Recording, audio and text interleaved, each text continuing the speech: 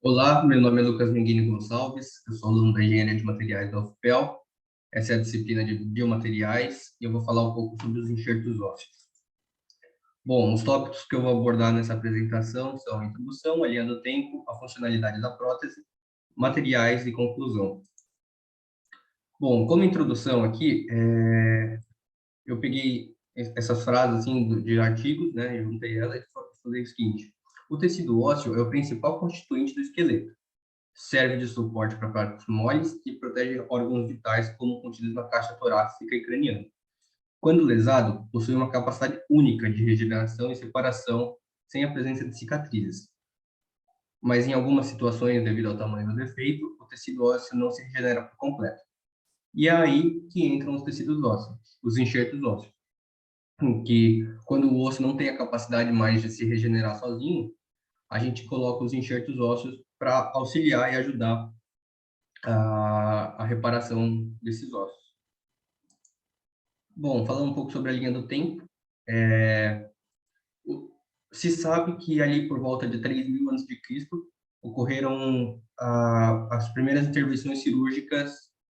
Então, as primeiras intervenções cirúrgicas mais antigas realizadas que o humano se sabe, tem conhecimento, é ali por volta de 3.000 a.C., onde ocorria o fechamento de orifícios cranianos, né, que foram as primeiras trepanações cranianas.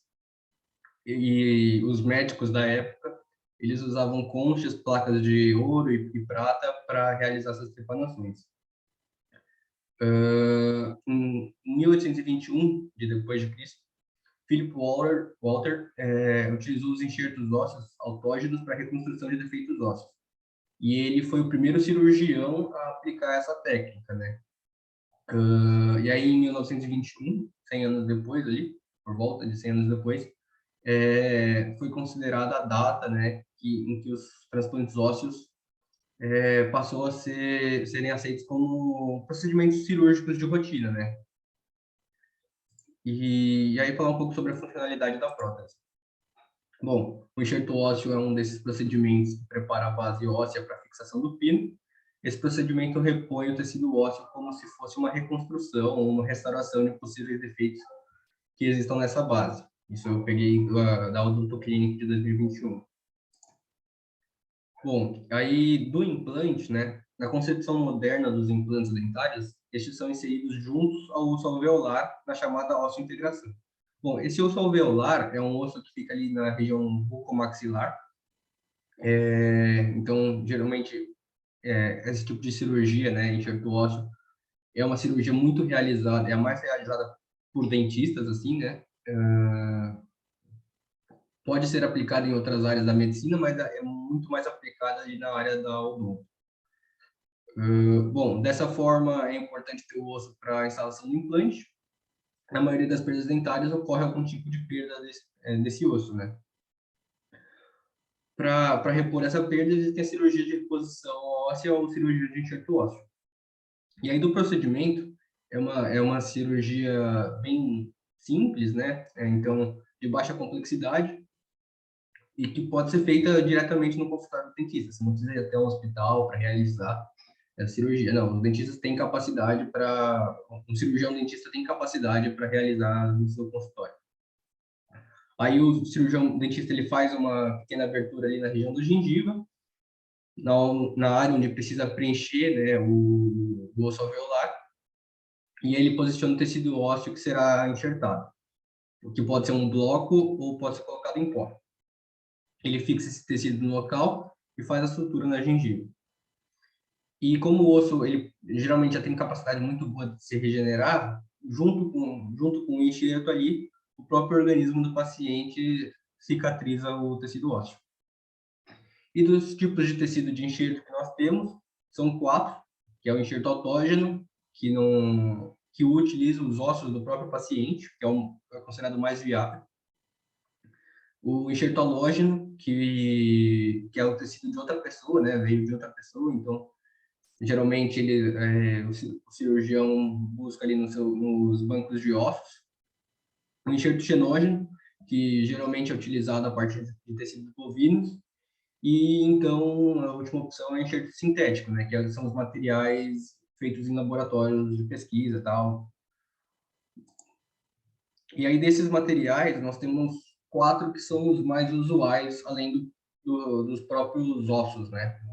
Dos transplantes autógenos. Que são eles: a hidroxiapatita, que é um material que as características dela são muito parecidas com o osso, né? Então, ele é um sal à base de cálcio e fosfato. Nós temos também as telas de titânio, os vidros bioativos e o polietileno poroso, que pode ser considerado um silicone. Então, a hidroxiapatita é um sal à base de cálcio e fosfato, e ele é biocompatível, que causa danos mínimos inflamatórios, assim, e se adere bem firme ao leito do ósseo, do receptor. Já as telas de titânio, eles são materiais sintéticos ou aloplásticos, né? E apresentam como maior vantagem sua facilidade de adaptação às paredes orbitárias.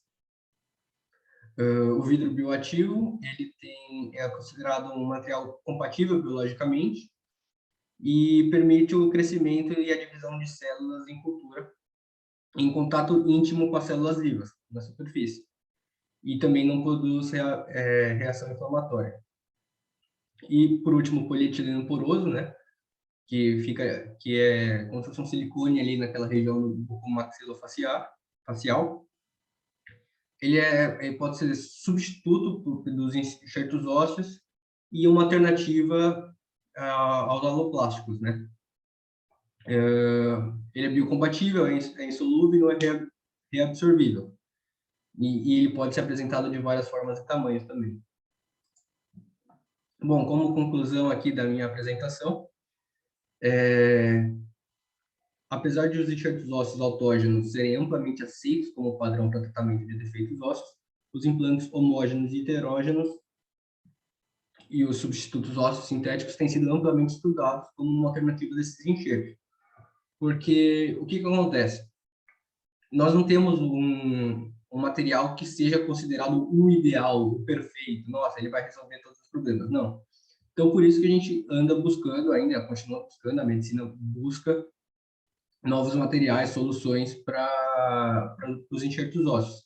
Ainda que uma vez, como está dito aqui na direita, os enxertos autógenos, né, é considerado na literatura mundial o melhor atualmente, né? Porque ele consegue reunir características mais próximas do ideal.